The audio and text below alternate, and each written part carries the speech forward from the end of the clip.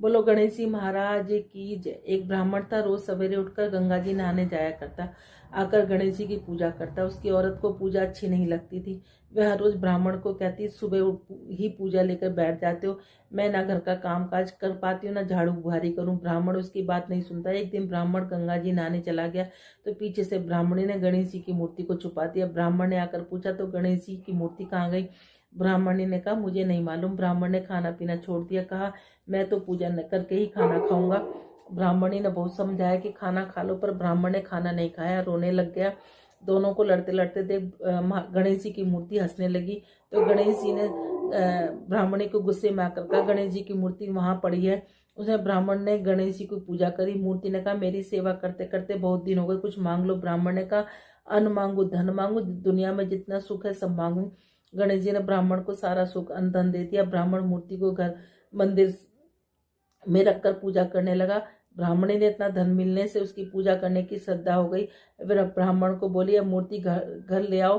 खूब प्रेम से पूजा पाठ करने लगी। गणेश जी महाराज जैसे ब्राह्मण को सुख दिया, वैसे कहते सुनते हमारे और हमारे परिवार में से एक लड़की कहती, पिताजी मैं तेरे साथ चलूंगी। ब्राह्मण सूखने लगा। ब्राह्मणी बोली, क्यों सूखते जाओ? ब्राह्मण बोला, पीपल में से लड़की कहती है, पिताजी मैं तेरे साथ चलूंगी। बोली, कल ले आना, जहाँ 6 खाएंगी वहां 7वीं भी खा लेगी। दूसरे दिन ले आया। उस दिन आटा मांगने गया तो थैली भर भर के मिला। आटा छानने लगी। बोली, माँ मैं छानूंगी ना, पावनी बेटी धोली हो जाएगी ना, मैं तो छानूंगी। उसने छाना, परात भर गई, खाना बनाने में लगी। तब मैं भी बोली, माँ मैं बनाऊंगी। माँ बोली, ना बेटा तेरी उंगली चल जाएगी। ना माँ मैं ही बनाऊंगी। रसोई में 36 प्रकार के भोजन बनाए, सबने पेट भर भर के खिलाया। दूसरे दिन और दिन भूखे रहते थे, उस दिन पेट भर के खाया। अब थोड़ी देर बाद उनका भाई आया, बोला, जीजी मुझे भूख लग गया, रोटी खाऊंगा। बहन सोच में पड़ गई, सबने खा लिया, कहाँ से खिलाऊंगी? बेटी बोली, माँ क्या बात है, तेरा मामा है रोटी खाएगा। रसोई में गया, 36 प्रकार के भोजन बनाए, लाकर मामा को जिमा दिया। जीजी ऐसा भोजन मैंने कभी ना खाया जैसा आज खाया। भाई तेरी पावनी भांजी आई, उसने बनाया था। मामा खाकर चला गया। शाम हुई और बोली, माँ चौकी पर दीवा जलाकर बैठा दो, मैं कोठी में सोऊंगी। ना बेटी तू डर जाएगी ना, मैं तो कोठे में ही सोऊंगी। कोठे में सो गई। आधी रात को उठी, चारों तरफ आँख फिराई, धनी धन हो गया, जाने लगी। बाहर बूढ़ा ब्राह्मण सो रहा था। बेटी तू कहाँ चली? माँ वह बोली, मैं तो लक्ष्मी माता हूँ, इसके घर 6 बेटी थी, दरिद्र दूर करने जा रही, तेरा ने करवाया, तू भी करा ले। उसके घर में चारों तरफ आँख फिराई, धनी धन हो गया। सवेरे उठकर ढूंढने लगे, पावनी बेटी कहाँ गई? ब्राह्मण बोला, वह तो लक्ष्मी माता थी, तेरे साथ साथ मेरा भी दिल दर्द दूर करी। हे लक्ष्मी माता, जैसे उसके दिल दर्द दूर करे वैसे कहते सुनते सबके करना, और हमें और हमारे परिवार के सबके करना। बोले, एक बुढ़िया माई थी, तुलसा माता की पूजा क्या करती? कहती, तुलसा माता तू सुखदाता, मैं बिरला सींचू तेरा, तू कर निस्तारा मेरा। पाट दे पिटम्बर दे, विश्वनाथ के घाट दे, चटके की चाल दे, पटके की मौत दे, कृष्ण जी का कंधा दे, वृंदावन का वास दे, मीठा मीठा ग्रास दे, वैकुंठ का वास दे, कार्तिक का महीना दे, काशी का दिन दे, कार्तिक माह बैसाख का महीना दे, 81 का दिन दे। आए कृष्ण जी भगवान, इतनी औरतें आती हैं तुम्हारे को लाड़ चाव करती हैं, पूजा पाठ करती है, कार्तिक माह बैसाख में तुम्हारी पूजा पाठ करती हैं, फिर भी तुम सूखती जा रही हो। कहने लगी, तुलसा मैया बोलने लगी कि मैं सब कुछ तो दे दूंगी, लेकिन तुम्हारा कंधा कहाँ से दूंगी? तो भगवान ने कहा कि कोई बात नहीं। उन्होंने एक घंटी दे दी कि इसे बजा देना, मैं चलाऊंगा। एक दिन उसने सोचा, घंटी बजा के देखो तो सही, कहीं आते क्या नहीं आते कृष्ण जी भगवान। उन्होंने घंटी बजाई, आए कृष्ण जी भगवान, क्या बात है? कि कुछ नहीं, कि कुछ तो बात है, कि ऐसे ऐसे वो तुम्हारा कंधा मांगती है। कहने लगे कि ठीक है। अब एक दिन बुढ़िया माई तुलसा माता ने घंटी बजाई, सोचने लगी देखो कृष्ण जी भगवान आते कि नहीं आते। उन्होंने घंटी बजाई, कृष्ण जी भगवान आ गए। कहने लगी, क्या बुढ़िया माई मर गई? कि नहीं, मैं तो इसलिए आई हूँ कि तुम आते कि नहीं आते, मैंने घंटी इसलिए बजाई थी। एक दिन बुढ़िया माई सचमुच मर गई, किसी के उठाए से न उठती। सब कहने लगे, सवेरे उठ कर जिन क्या पाप घाट की माला फेरती थी जो इतनी भारी होगी, किसी के उठाए से न उठती। आए कृष्ण जी भगवान, देखो तो सही दुनिया में क्या डंडोल है कि एक बुढ़िया माई मरी पड़ी है। वो कहने लगे, मैं भी देख लूँ। सबने कहा, इतने बड़े बड़े योद्धाओं से तो उठे नहीं, तुम जैसे बालक से क्या उठेगी? एक कहने लगा, इसे भी अपने मन की करने दे। कहने लगी कि अच्छा। वो जाके कहने लगे, कृष्ण जी भगवान ने उसके कान में कहा, बुढ़िया माई मैं आ गया। कहने लगी, ऐसे नहीं, मोर मुकुट पीताम्बर पहने, हाथ में मुरली बजाते, सबके सामने दर्शन दो। उन्होंने मोर मुकुट पीताम्बर पहने, हाथ में मुरली बजाते, सबके सामने दर्शन दिए। जैसे तुलसा मैया, कृष्ण जी भगवान तुमने उनको दर्शन दिए, वैसे कहते सुनते हमारे और हमारे परिवार को सबको देना था। की जय। गंगा जमुना माई की जय। ठीक। एक बार गंगा जमुना किसान के खेत से जा रही थी, तो जमुना माई ने 12 दाने तोड़े। तो गंगा माई कहने लगी तूने तो 12 दाने तोड़े, तो ये तो चोरी का पछावन लग गया। वो कहने लगी कि कैसे उतरेगा, तू सेठ के यहाँ 12 वर्ष नौकरी कर ले। उसने सेठ के यहाँ 12 वर्ष नौकरी कर ली। अब उसने सेठ से जाके कहा कि मैं तेरे घर 12 वर्ष नौकरी करूंगी, लेकिन बर्तन नहीं मांजूंगी, झाड़ू नहीं लगाऊंगी, दिया नहीं चासूंगी। उसने कहा बहुत काम करने वाली है, जरा जो काम दिल करे वो काम कर ले। गंगा जमुना माई वहां रहकर काम करने लगी। 12 वर्ष बाद आया गंगा का नहान, गंगा का मेला लगा बड़ा। तो वहां जाके सेठ सेठानी गंगा नहाने जाने लगे। तो वो कहने लगे कि तुम भी चलो, कि नहीं, कि मैं नहीं जाऊंगी। कि उन्होंने कहा कि मेरा ये सोने का टका मेरी बहन गंगा को दे देना। अब किसान वहां जाके नहाए धोए और जाके उन्होंने आवाज लगाई, हे गंगा माई तेरी बहन जमुना ने सोने का टका दिया है। गोरी गोरी भैया हरी हरी चूड़ियां पहने, 2 हाथ निकले। उन्होंने कहा उसका कहना 12 वर्ष पूरे हो गए। उन्होंने जाकर कहा कि ये 12 वर्ष पूरे हो गए। तो कहने लगे कि ठीक है। अब उसने आके कहा गंगा जी से आके सेठ सेठानी ने कहा कि तुम्हारे 12 वर्ष पूरे हो गए। वो सहजधारा भर के बह निकली। सेठ सेठानी बड़ा दुख मनाने लगे, औंधे पड़ गए कि हमसे तो बड़ा दोष लग गया हमें तो, क्योंकि हमने जमुना माई से काम कराया। अब गंगा माई ने पूछा कि तूने कुछ कह के आई है, धीरज बंधा के आई? न मैं उन्हें कुछ कह के आई, न धीरज बंधा के आई। जाओ उन्हें कह के आना, धीरज बंधाना, कहना तुम्हारा कोई दोष नहीं है, 7 जन्म 7 पीढ़ी तुम्हारे घर में अन्नपूर्णा लक्ष्मी सरस्वती का वास होगा। जैसे गंगा जमुना मैया तुमने उनको दिया, वैसे कहते सुनते हमें और हमारे परिवार को सबको देना। बोलो गंगा माई की। शनि महाराज की जय। एक ब्राह्मण पूजा पाठ करने जाते, रास्ते में शनिचर महाराज मिले। ब्राह्मण बोला शनि महाराज कहाँ जा रहे हो? शनिचर बोला राजा के यहाँ लगने जा रहा हूँ। ब्राह्मण बोला राजा के लगेगा, सारी प्रजा दुखी होगी, इसलिए मेरे लग जाए। शनि महाराज बोले कितने साल लगूंगा? ब्राह्मण बोला 7 साल की ना उठी जाए, 5 साल की ना उठी जाए, 2.5 साल की ना उठी जाए, 1.25 साल की ना उठी जाए। जब ब्राह्मण ने 1.25 पैर की उनकी शनि महाराज की दशा उठ ली और नदी के किनारे जाकर बैठ गया, आसन बिछाकर पाठ करने लगा। नदी में 2 मतीरे बह जाए तो उसे निकाल कर घोड़े के नीचे रख लिए। वह मतीरे राजा के लड़के का सिर बन गए। उसके पास जाकर शनि महाराज आए, आकर बोले कि ब्राह्मण राजा के लड़के का सिर काट कर रख लिए। तो ब्राह्मण ने कहा किसी से मत कहना, मेरे को शनि की दशा लगी। शनि ने 1 से कई 2 से कई सारी नगरी में फैल गई। राजा बोला ब्राह्मण को सूली पर चढ़ा दो। सोने की गड़वाई वो टूट गई, चांदी की गड़वाई वो टूट गई, तांबे की गड़वाई वो टूट गई, लोहे की गड़वाई वो टूट गई। जब और जो गड़वाए वही टूट जाए। इतनी देर में 1.25 पैर बीत गया। राजा के लड़के खेलते खेलते आ गए। रानी बोली महाराज ब्राह्मण को सूली पर तो न चढ़ा दिया, जाकर देखो तो सही हमारा पाप कैसे उतरेगा। राजा ने जाकर देखा ब्राह्मण पाठ कर रहा। राजा ने पूछा ब्राह्मण क्या ज्ञान विज्ञान जानता है? ब्राह्मणों में मैं कुछ नहीं जानता, मैं तो पाठ करने जा रहा था। रास्ते में शनिचर महाराज मिले। वह बोले मैं राजा के लगने जा रहा हूँ। तो मैं बोला राजा के लगेगा, सारी प्रजा दुखी, इसलिए मेरे लग जाए। शनिचर महाराज ने कितने साल की लग जाए? मैंने कहा 7 साल की ना उठी जाए, 5 साल की ना उठी जाए, 2.5 साल की ना उठी जाए, 1.25 साल की ना उठी जाए, इसलिए मैंने 1.25 पैर की ले ली। 1.25 पैर में मेरे को शनिचर ने ऐसे रंग दिखाए। अब राजा कहने लगा इसकी दशा कैसे होती है? ब्राह्मण ने कहा राजा सोने का चांदी का दान, तांबे का दान, लोहे का दान, पीतल का दान करे। राजा ने कहा साहूकार तो कर देगा, गरीब कैसे करे? ब्राह्मण बोला तेल की डलियो, गुड़ की डलियो डकोत को दे दे, 7 बार पीपल में जल चढ़ा दे, कह दे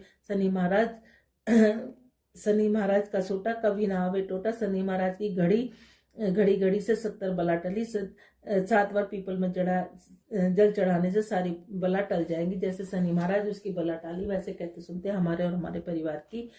जिसको एक राजा था, वो बैसाख नहाया करता था। उसने पूरे अपने नगर में सबको कहलवा दिया कि कोई भी मेरे नहाने से पहले गंगा जी में स्नान नहीं करेगा। लेकिन गंगा जी के किनारे पे एक पेड़ था जिस पे एक बंदरिया रहती थी। वो राजा के आने से पहले ही पानी में चली जाती और नहा के वापस अपने पेड़ पर चढ़ जाती। राजा जब आता तो उसको पानी हिलता हुआ दिखता और कहीं कहीं पर पानी के छींटे भी पड़े हुए दिखते। राजा बड़ा परेशान, उसने अपने सैनिक लगा दिए कि हर कोई जाके देखो कि कौन है। सैनिकों ने बहुत देखा, पहरा बिठा दिया, लेकिन उनको नहीं मिला। जब बैसाख का महीना ख़त्म होने वाला था तो एक दिन एक सैनिक को दिखाई दिया कि कोई एक बंदरिया आती है, पेड़ के ऊपर से उतर के आती है और नहा के फिर वापस ही पेड़ पर चढ़ जाती है। वो उस बंदरिया को पकड़ के राजा के पास ले आया। राजा के पास लाने के बाद उसने कहा कि महाराज ये बंदरिया आपके नहाने से पहले नहा लेती है। राजा ने प्रण ले रखा था कि कोई भी स्त्री जाती होगी तो अगर वो बैसाख मेरे से पहले नहा रही होगी तो मैं उससे शादी कर लूँगा। राजा ने अपने प्रण के अनुसार उस बंदरिया से शादी कर ली।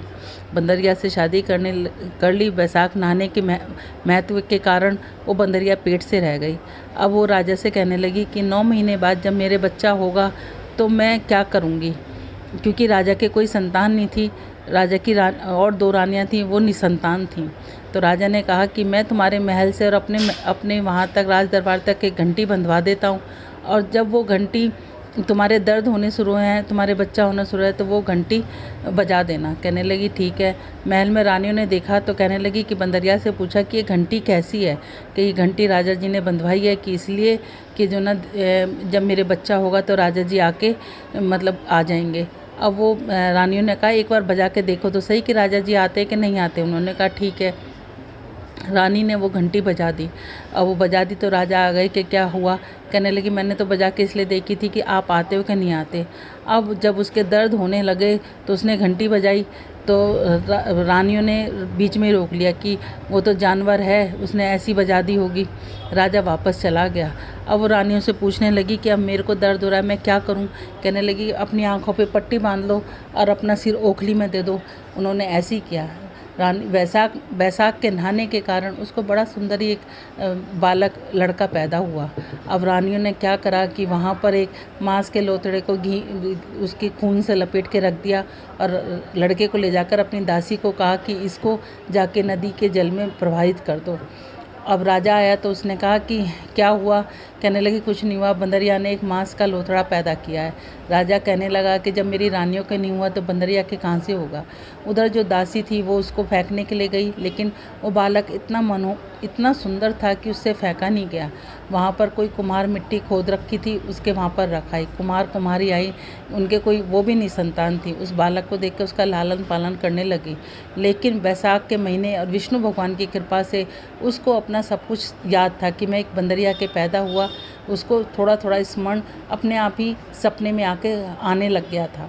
एक बार उसने अपनी माँ से कहा कि माँ मेरे को भी हाथी घोड़े बना दो। कहने लगी ठीक है। उसने हाथी घोड़े बना के और वो पनघट पर जाकर बैठ गया जहाँ पर रानी की दासियाँ पानी भरने आती थी। कहते थे मेरे मिट्टी के हाथी घोड़े पानी पी लो।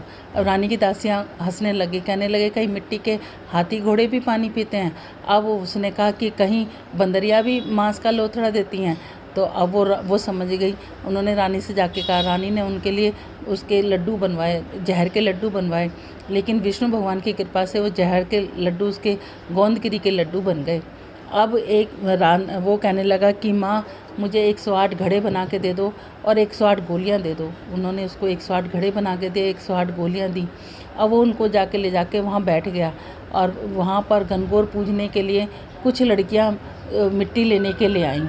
बहुत तेज़ धूप हो रही थी तो उसकी वजह से उन्हें प्यास लगी। उन्होंने कहा हमें पानी पिला दो।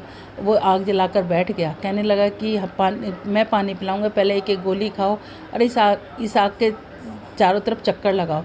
कुछ ने कहा हम तो नहीं खाते, हम तो नहीं करते। कुछ कहने लगी गोली खाने में चक्कर लगाने में क्या जाता है। उन्होंने गोली खाई, चक्कर लगाए। तो जिन्होंने लगाए वो घर जाकर वो किसी को उल्टी होने लग गई, किसी को रोटी से जीना करे। अब उनके लड़कियों के माँ बाप ने उनकी शादी निकाली तो पंडितों ने कहा कि इनकी शादी तो हो चुकी है। उन्होंने कहा नहीं। इसके बाद क्या नाम है, अब लड़कियों से पूछा गया तो लड़कियों ने कहा कि ऐसे ऐसे कुम्हार के लड़के ने हमें गोली दी और आग के चारों तरफ चक्कर काटे, हमने ऐसे किया तो उसके कारण हमारा जब से ऐसे हाल होने लग गया। अब वो सारे सेठ अपने लड़कियों को लेके उसकी माँ कुम्हार के घर आया और कहने लगे कि जो ना अब आप ऐसा करो कि इन्हें अपनी बहू बना लो। कहने लगी कि अच्छा। अब उसने कुम्हार ने कहा कि हम गरीब आदमी हैं। उन्होंने कहने लगे नहीं, हम अब ये लड़कियां तुम्हारे घर की बहू बनेंगी। अब उन्होंने उनको बहुत सारा धन दिया और उन लड़कियों के साथ शादी कर दी। इस तरीके से उसके 108 बहुएँ आ गई। अब उसने 108 कमरे बनवाए, सब रहने लगे। 9 महीने के बाद उसके 108 पोते हो गए। उसने कहा कि हमें इतना धन मिल गया माँ तेरे घर। राजकुमार कहने लगा हमें इतना धन मिल गया और माँ तेरे घर 108 बेटे हुए, तो ऐसे कर कि तू पूरे नगर में इस राजा के घर पे खाने के लिए भिजवा। उसने कहा ठीक है। राजा के घर पे न्योता भेजा, पूरे नगर में राजा भी आया। अब वो राजा बंदरिया को नहीं लेके आया तो उसने कहा कि आप बंदरिया को क्यों नहीं लेके आए। उसने बीचों बीच सोने का एक सिंहासन बनवा कर उसमें गलीचा बिछवा दिया। मखमल के गलीचे बिछवा दिए। उसने कहा कि चलो बंदरिया को बुलवा लो। उन्होंने बंदरिया को बुलवा लिया। उसको बीच में बिठाकर उसने अपनी सब बहुओं को हाथों में मोहर दे के कहा कि ये मेरी जन्म देने वाली माँ है, आप सब जाओ इसको पोते दो और इनसे मोहर दो और इनको आशीर्वाद लो।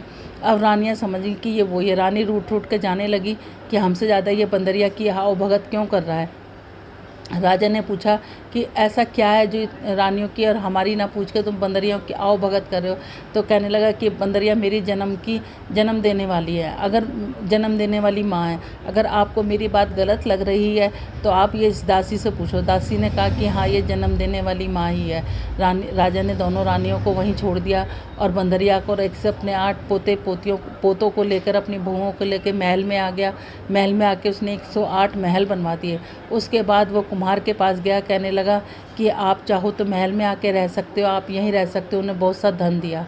वो कहने लगे कि हम तो यहीं रहेंगे, लेकिन फिर भी वो कभी कभी महल में आके अपने बेटे से मिलने लगे। कहते हैं बैसाख के महीने में इस कहानी को नित्य नेम सुनने से सभी की मनोरथ पूर्ण हो जाती हैं। जिनके घर बेटा ना हो बेटा हो जाता है। इस कहानी को ज़रूर सुनना चाहिए। जैसे बंदरिया के भगवान ने बैसाख नहाने का उसको इतना फल दिया, वैसे कहते सुनते हमें और हमारे परिवार को, जो भी सुन रहा हो उसको सबको देना। बोलो विष्णु भगवान की जय।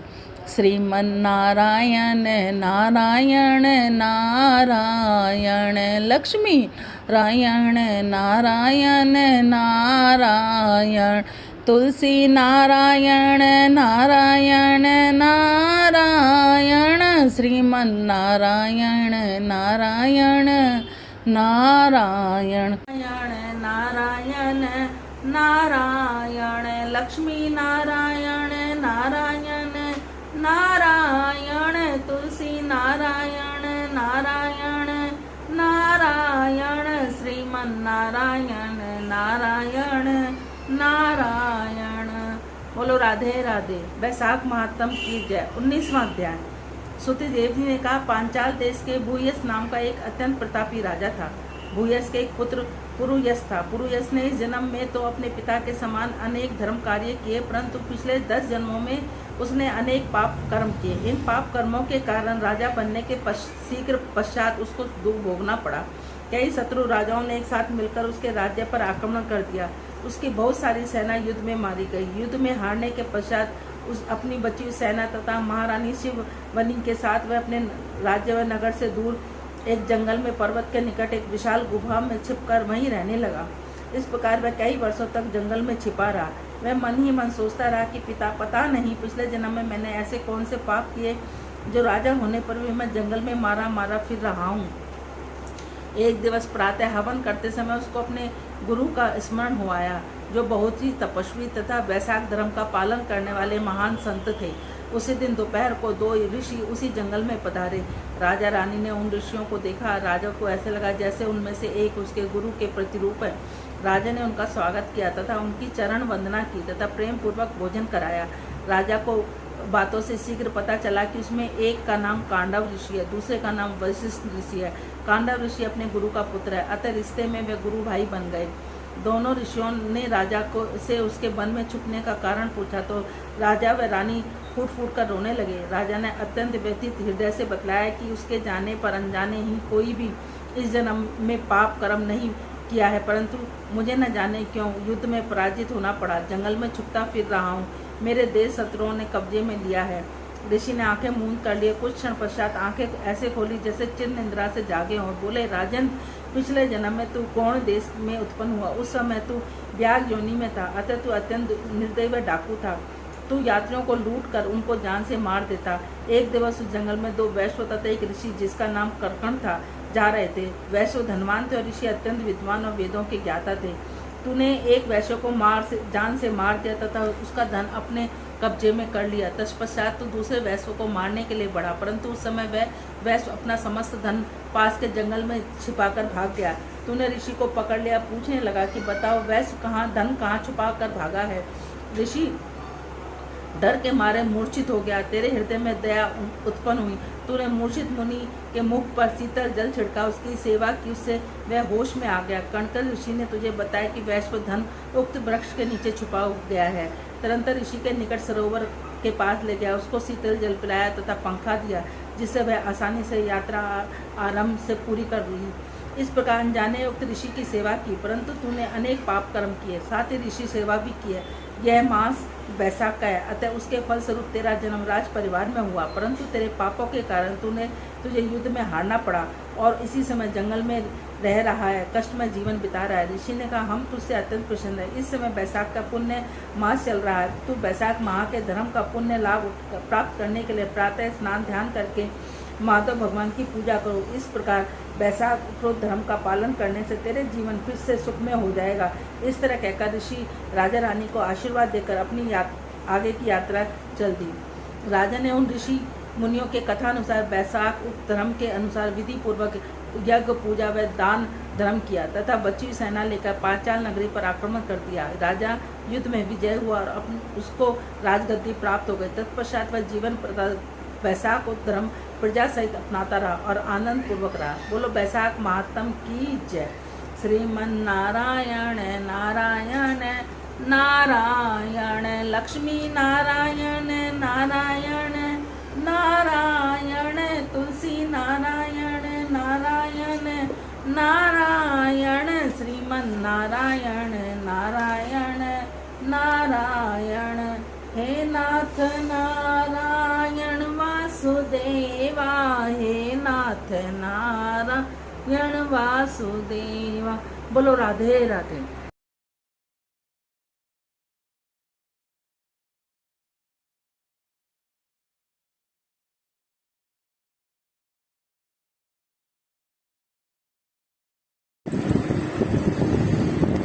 जय श्री राधे। सरस किशोरी रति रस भोरी, रति रस भोरी, कीजिए कृपा की को श्री राधे, कीजिए कृपा की को। सरस किशोरी वयस की थोरी, रति रस भोरी, कीजिए कृपा की को श्री राधे, कीजिए कृपा की को। साधु दीन में राग, तुम करुणा में प्रेम लगा दो। साधु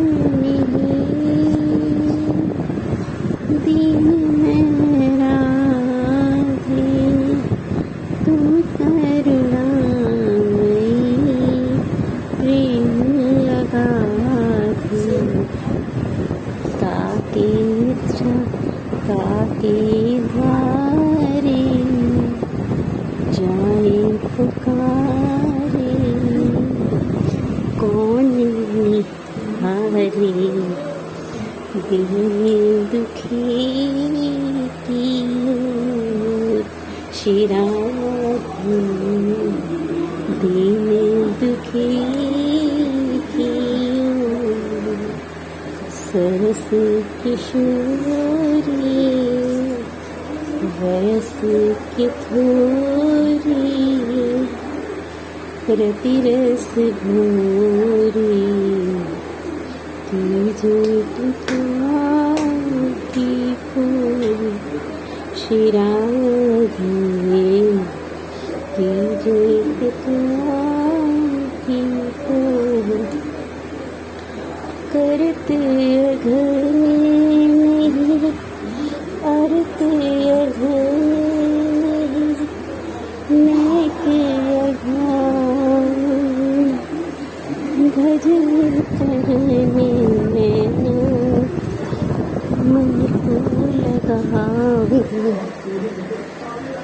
गरीब बिछोरी लक्ष्मण रे, तुम बिन मोरे सुधारी तो शिरादे कीजिए कृपा की को सरस किशोरी वयस की थोरी रति रस घोरी कीजिए कृपा की को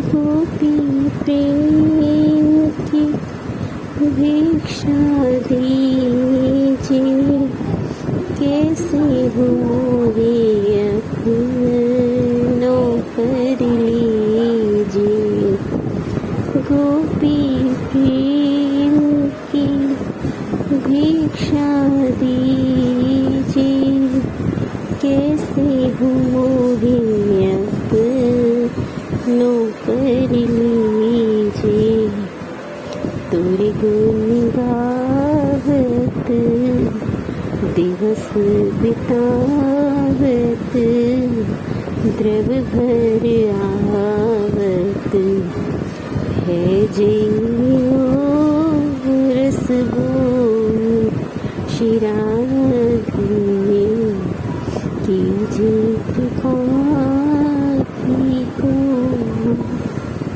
सरस किशोरी वयस की थोरी रति रस भूरी कीजिए कृपा की को शिरादे कीजिए कृपा की को। जय श्री राधे।